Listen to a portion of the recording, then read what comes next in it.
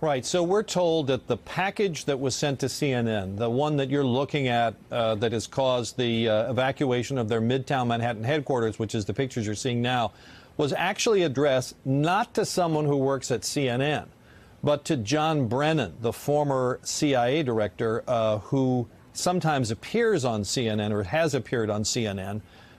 He was that's what the package was addressed to John Brennan, but then the address was the CNN headquarters.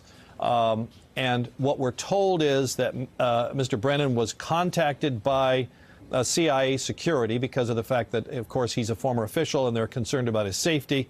And the description that they gave to him of the device is consistent with what we have been told and what we've been reporting publicly, that these were all, he was told that they all appeared to be similar to the ones sent to Soros and to the Obamas and the Clintons, that they were in a cushioned envelope and appeared to be a pipe bomb sent through the Postal Service, contained a pipe and some wires, but whether in fact they were functioning devices, he was told, has yet to be determined, and that, Craig, is also consistent with what we have been told, which is that has not been determined yet. Now, you know, you may well ask yourself, well, if they don't know whether it's a working device, right, why are they treating this with such seriousness, you know, evacuating the building? And the answer to that question is, when in doubt, assume that it is, and that's the normal protocol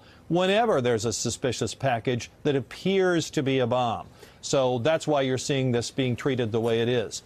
All of these packages, all these padded envelopes, had the same return address with obviously a phony address claiming to be from a prominent Democrat. We're not reporting the name right now just for the sake of not spurring copycats, right, which seems the prudent thing to do.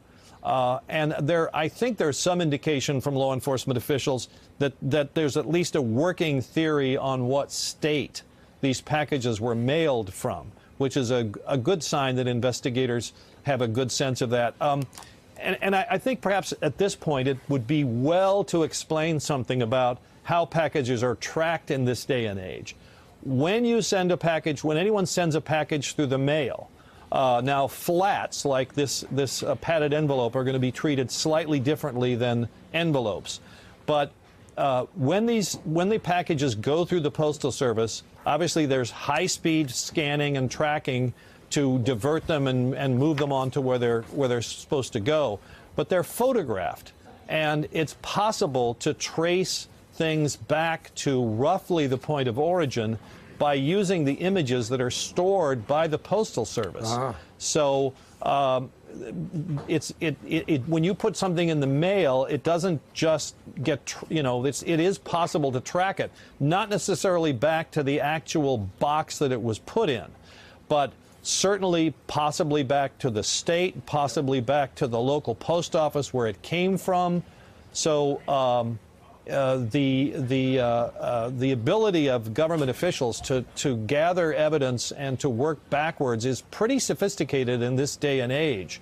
So there's some, you know, real encouragement here that the source of this may eventually be found. All right, our Justice correspondent Pete Williams there with some news. Hey there, I'm Chris Hayes from MSNBC. Thanks for watching MSNBC on YouTube. If you want to keep up to date with the videos we're putting out, you can click subscribe just below me, or click over on this list to see lots of other great videos.